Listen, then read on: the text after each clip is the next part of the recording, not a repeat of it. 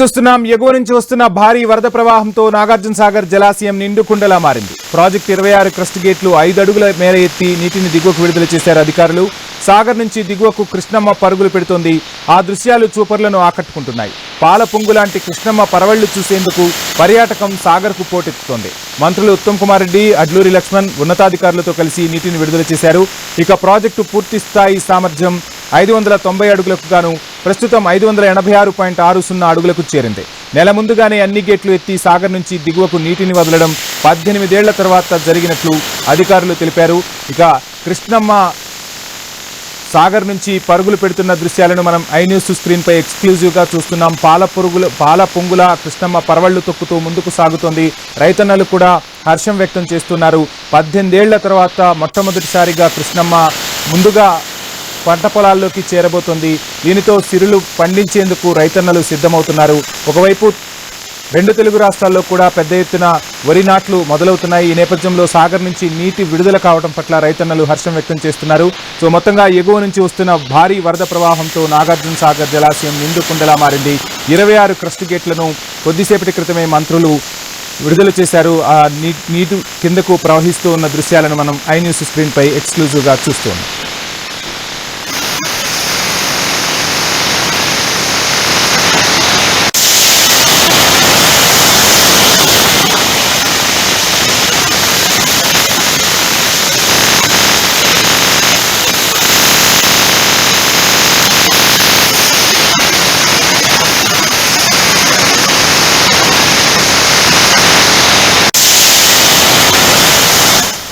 ఇక ఎగువ నుంచి వస్తున్న భారీ వరద ప్రవాహంతో నాగార్జున సాగర్ జలాశయం నిండుకుండలా మారింది. ప్రాజెక్టు 26 క్రస్ట్ గేట్లను 5 అడుగుల మేర ఎత్తి నీటిని దిగువకు విడుదల చేశారు అధికారులు. ఇక నాగార్జున సాగర్ వద్ద ప్రస్తుత పరిస్థితిని మనకు మా ప్రతినిధి కిరణ్ అందిస్తారు. Kiran.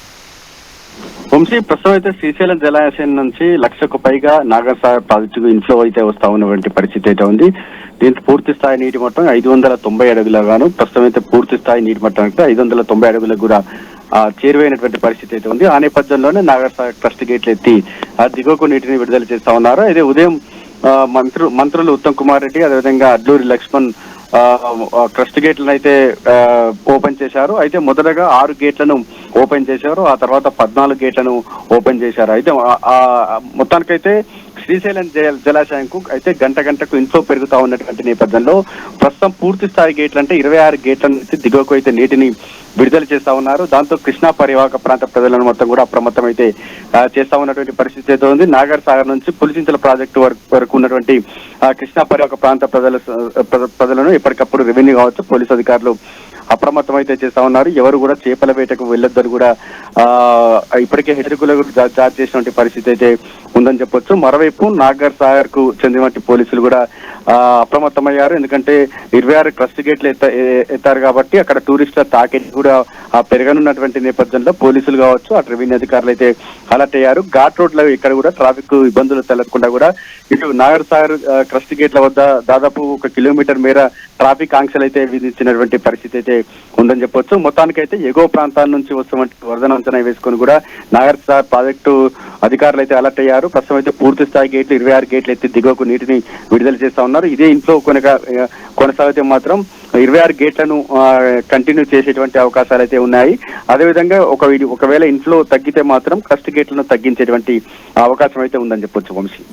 Right, thank you Kiran.